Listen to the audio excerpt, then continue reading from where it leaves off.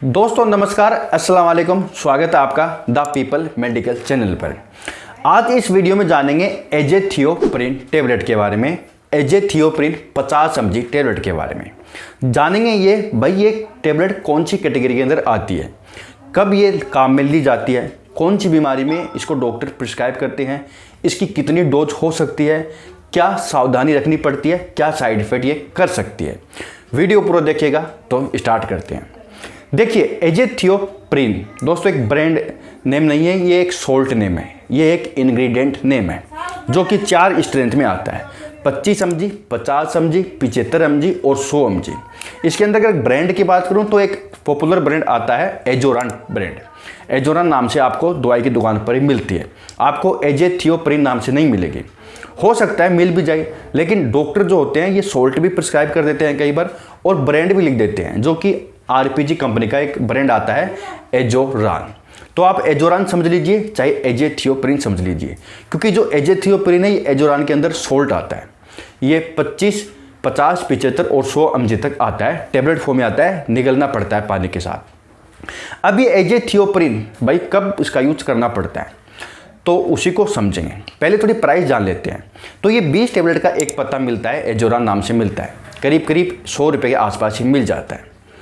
दोस्तों इसकी कुछ सावधानियां हैं, जो ये टेबलेट होती है इसकी कुछ सावधानियां जो बहुत इंपॉर्टेंट है जानने के लिए, तो पहले उसको ही समझ लेते हैं।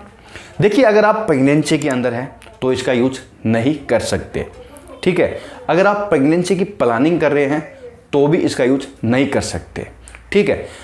और अगर आपके कहीं से ब्लीडिंग निकल रही है, ब्लीडिंग प्रॉब्लम है आपको, तो भी इसका यूज आप नहीं कर सकते।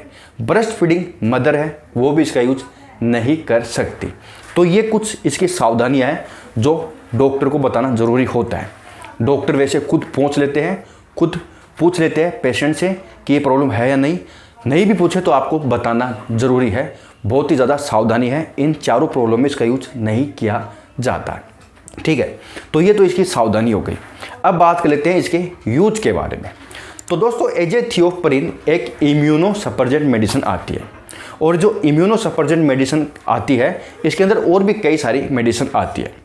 और ये जो इम्यूनो सप्रेसेंट मेडिसिन होती है ये दोस्तों वो मेडिसिन होती है जो इम्यून सिस्टम को डाउन कर काम करती है। जो हमारा इम्यून सिस्टम होता है, जो बॉडी का एक सुरक्षा कवच होता है, जो बैक्टीरिया वायरस से लड़ता है, जो बॉडी को बीमार होने से बचाता है, कई बार दोस्तों यही एक्टिव होकर अपने सेल्स को खाने लगता है, जिसको हम कहते हैं ऑटो इम्यून डिजीज प्रॉब्लम। तो उसी इम्यून सिस्टम को ये स्लो कर काम करती है, जिससे कि कुछ टाइम के लिए प्रॉब्लम ठीक हो जाए। और ऐसा कहाँ किया जाता है? ऐसा वहाँ किया जाता है दोस्तों जब बॉडी का कोई ह्यूमन ऑर्गन पार्ट्स ट्रांसफ़र किया हो, जैसे कि किडनी, लंग्स, लीवर। तो ये कुछ पार्ट्स होते हैं जो कई बार कुछ पेशेंट को ट्रांसफ़र किए जाते हैं, चेंज किए जाते हैं। तो एक्चुअली बाद में होता क्या है कि जो अपनी बॉडी होती है इसको अनएक्सपेक्टेड कर देती है, यानी अस्वीकार करना, वो स्वीकार ही नहीं करती, जिससे कि व्यक्ति को खतरा होता है, वो अंग काम ही नहीं करता जो लगाया गया है। तो वहाँ पर फिर इम्यून सिस्टम को डाउन करना पड़ता है कुछ टाइम के लिए।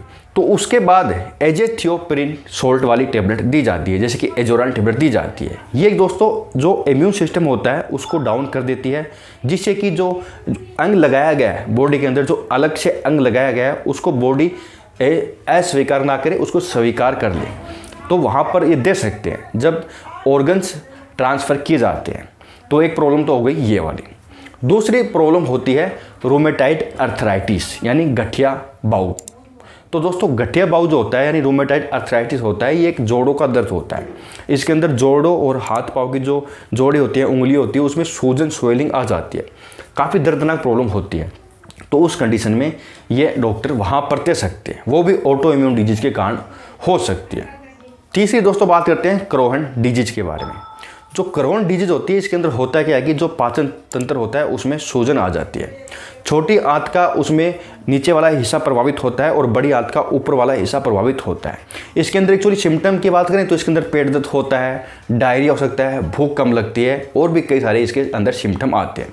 तो उस कंडीशन में भी इसका यूज किया जाता है। तो इसके कई सारे यूज हो जाते हैं और भी इसके यूज हो सकते हैं। डॉक्टर अपने एक्सपीरियंस के हिसाब से प्रिस्क्राइब कर सकते हैं। अगर जाने इसकी डोज के बारे में तो अलग अलग पेशेंट में अलग अलग चल सकती है, अलग अलग ड्यूरेक्शन में चल सकती है। 1 मंथ चल सकती है, 2 मंथ चल सकती है, 15 दिन चल सकती है, 1 वीक चल सकती है। डिपेंड करता है प्रॉब्लम क्या है।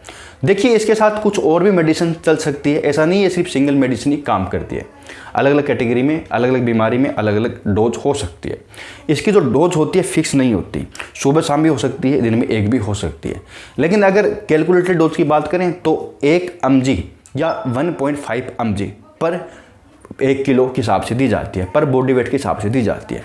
अगर किसी का बॉडी वेट 70 किलो है तो उसको 70 mg पर डे भी दे सकते हैं और 1.5 mg इंटू 70 करके भी दे सकते हैं। यानी 1.5 टेबलेट भी देनी हो सकती है, 1 टेबलेट देने की भी हो सकती है। तो डिपेंड करता है बॉडी वेट के हिसाब से। दोस्तों इसके कुछ साइड इफेक्ट हैं जो जानना बहुत ज़रूरी होता है। इसको लेने के बाद कई बार देखा गया कि इन्फेक्शन हो जाता है। वो इसलिए होता है क्योंकि ये जो इम्यूनिटी होती है, जो इम्यून सिस्टम होता है उसको डाउन कर देती है। अगर इम्यून सिस्टम डाउन हो जाएगा तो इन्फेक्शन जल्दी इंटरेक्ट करता है बॉडी के अंदर, जल्दी लगता है, तो वहाँ पर थोड़ा इन्फेक्शन का डर रहता है। दूसरा दोस्तों इसमें ब्लड जो सेल्स होते हैं, वाइट ब्लड सेल, उसकी क्वांटिटी डिक्रीज हो सकती है, कम हो सकती है। तो वहाँ पर फिर क्या कि जांच करवाते रहना पड़ता है।